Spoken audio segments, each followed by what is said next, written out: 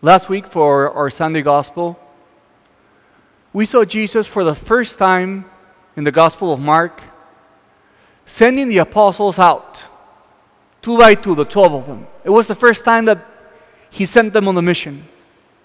And he sent them for 3 reasons. He sent them to preach conversion. He sent them to cast away unclean spirits.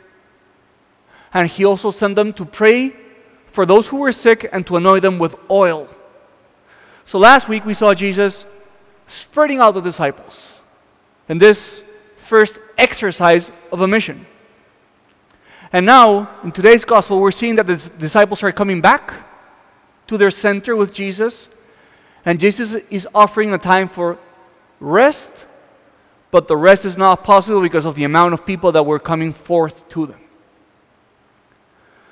So today, let's analyze together the importance of coming back to Jesus, resting, but also this importance of lack of pastors that makes people to be like sheep without a shepherd.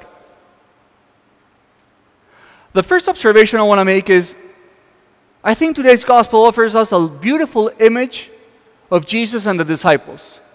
The text says that when the disciples came back, they came back to share with Jesus everything that had happened with them throughout the mission. So this image makes me think a little bit about how Jesus had a small family with the disciples. And once they were done with their work, they came back to share what happened with their life. And this is what a family should look like. A family should look like this. People go out on their own adventures. People go out to work. But they come back. And they come back and they have a moment for sharing. They come back for a moment where they're all together. And this is what happens in our community. And I'm very grateful for this. What do we do together? Every night we have dinner together. And when we come together for dinner, we sit down at the table and we share about our day. And Father Humberto asks, what was your day like? What happened in your day? What happened in your day? And once a week, we do it spontaneously. Father Humberto asks us, what were your highs? And what were your lows? And I think this looks just like what happened today in the gospel. They came back, they sat down, and Jesus asked them, how was the adventure like? How did it go? And I'm making this observation because I think families should look like this. Family should be a place where you come back and you share about your day. It's a center where you come back and you feel safe. And the parents, they're like, how was your day? How did it go? How did it go? And you can digest together what happened. And that's why I think it's important for us today to reflect and ask ourselves, in our own families, in our households, do we make this possible? Does it look like Jesus and the disciples? Do we come back by night and sit together and learn about how it went for the other person for that day? Or are we all doing our own thing? Are we all just minding our own business? So this first observation, I want to end with a question. A question for our own personal evaluation. And the question is, how intentional are you about creating in your own household a time for a good sharing among the household members? A time where people come back to share about their day. Is that something that happens in your household? Is that something that you actively pursue and make possible? Second observation. When the disciples come back and once they're done sharing, Jesus probably noticed when they were sharing that they were tired. Not only were they tired because they probably had to walk long distances under the sun to go to their different mission places, but they were also probably tired because preaching conversion, casting unclean spirits, and healing the sick must be a very demanding task. So when Jesus notices that they are tired, he says, let's go to rest. Let's go to rest. And this is a beautiful reminder of the importance of rest in our lives. And today I think it's a good time to evaluate, do we know how to rest in such a way that we are renewed? Do we rest so we gather strength again for our mission? So, about rest, I want to share with you something that happened to me this week that I thought it was beautiful. I was speaking with an adult, a man who was probably around his 50s. He has 3 kids. And he has a very, very, very busy life. He's working 2 jobs right now because he told me that that's what he has to do. So he works 2 jobs. He takes care of his family and his kids. And he also has a very intense spiritual life.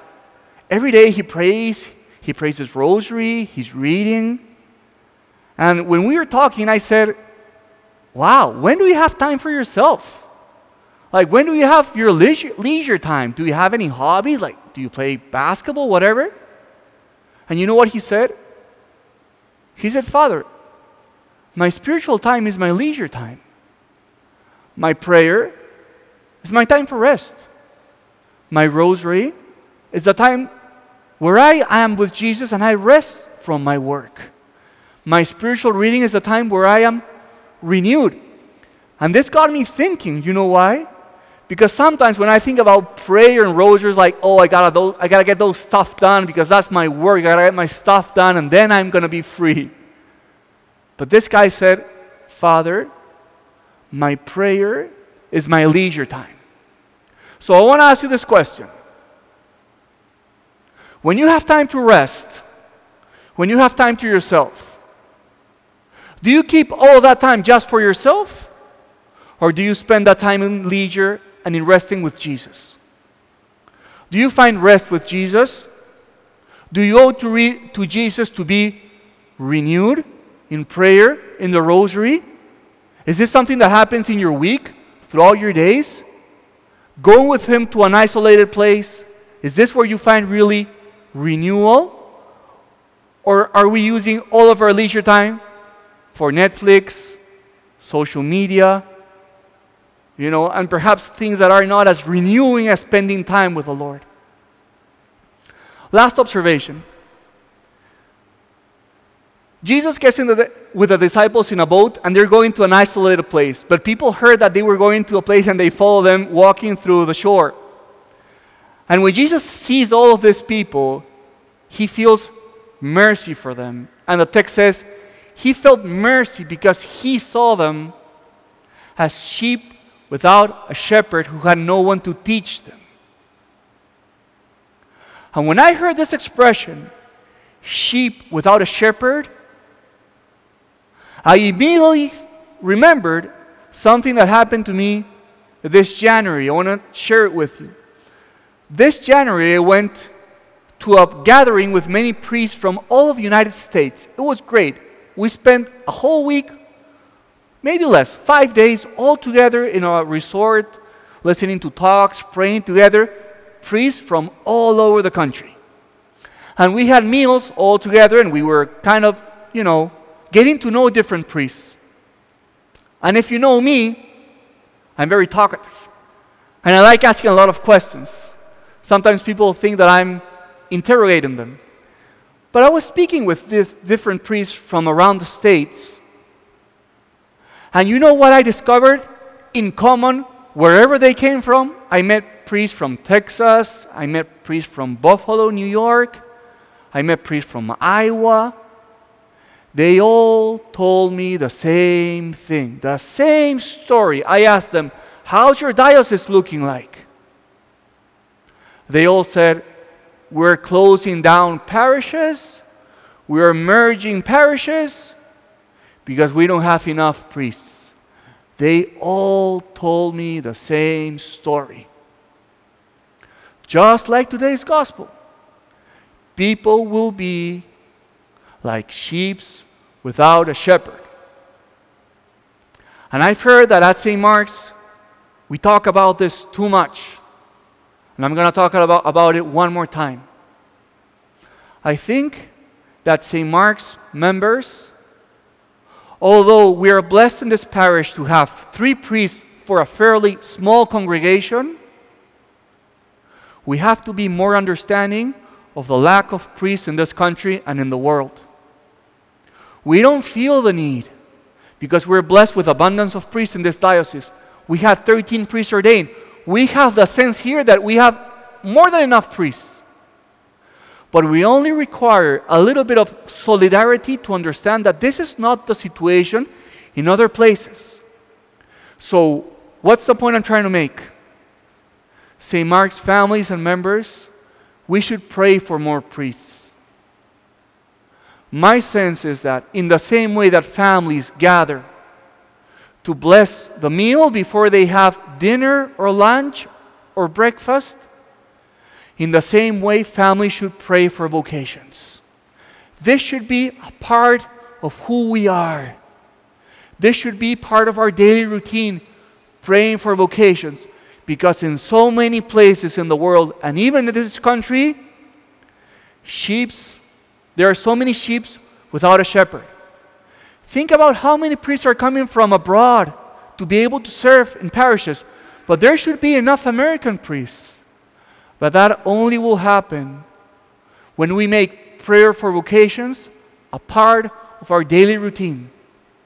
So, brothers and sisters, what can we take from today's gospel? Number 1, when the disciples come back, they gather to share about their day and their adventure. In your household, do you make it possible for people to come to share about their lives? Are parents intentional about getting their kids together and listening to them about what's going on in their lives? How did your day go like? Second, Jesus sees that the apostles are tired. We need time for rest. The question is, how do you spend your time for rest?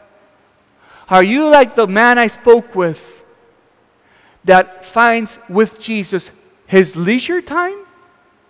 Or do you employ all of your leisure time just for shallow entertainment that doesn't really renew you?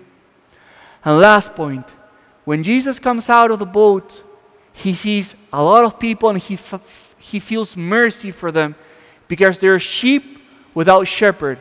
That is a great picture of what's going on in this country. That's why I think it should be our responsibility in every single household, prayer for vocations. That the Lord should call many American young men that they could be the shepherd that attend to the sheep in this country and in the world.